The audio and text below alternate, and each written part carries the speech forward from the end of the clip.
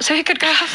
And I was like, just give up. And he's like, no, you got to keep trying. And I was just like, give up, take a break. Refused.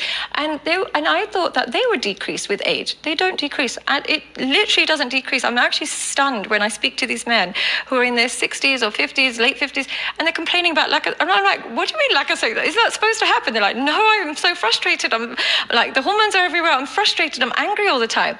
So I just realized that it's difficult. It's far more difficult. One thing about, categorizing men that cheat as these dogs and these, but it's more difficult for them to be faithful than it is for us. They've done studies where they put hormones like testosterone on women just for a day.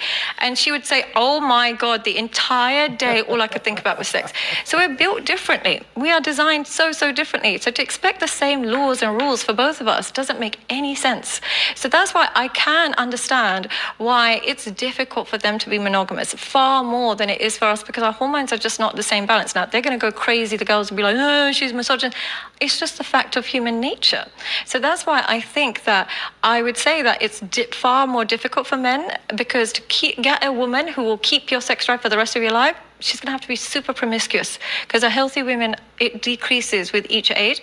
And I can understand why there's an option of marrying more than one. I can see why that happens. I've even met wives that are like, you know what, I wish he would just find someone else and leave me alone, because I don't have a drive. I have 3 kids to worry about. I don't have a time to be sitting there trying to, connect with him. So I can totally now understand why that rule was put in place. And you think Sadia Khan hit the head on that. Normally she be wrong about a lot of shit, but she actually right on this one. The truth, this the cold truth, man. This is the cold truth. Now, there are men who have not been in tune with their sexuality, right?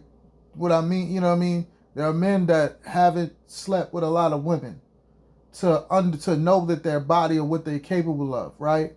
So when you are a guy, who smashed a lot of women, and you realize how you could push the limits to yourself, or how many women you can smash, how many times you can smash, how many, you know what I mean? Because there's some guys that don't have the time, and we so busy worried about what we got going on, getting to the bag and providing, and we don't have a lot of time. But when you built up a lot of time, when you get time on your hand and you got access to a lot of women to bang, you realize how high your sex drive is. You get to realize, oh shit, one woman is not enough, for real. You know what I mean?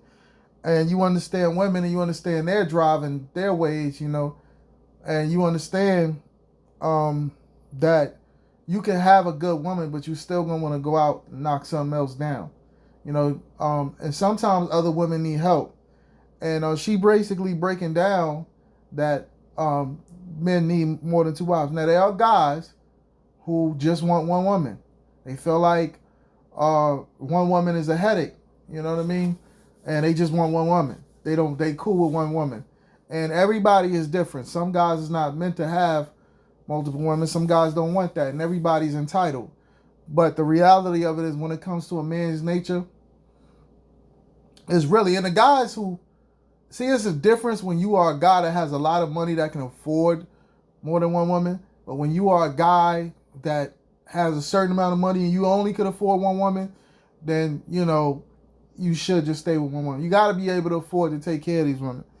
You know what I mean? So, Sadia Khan usually tripping, but she right on this one.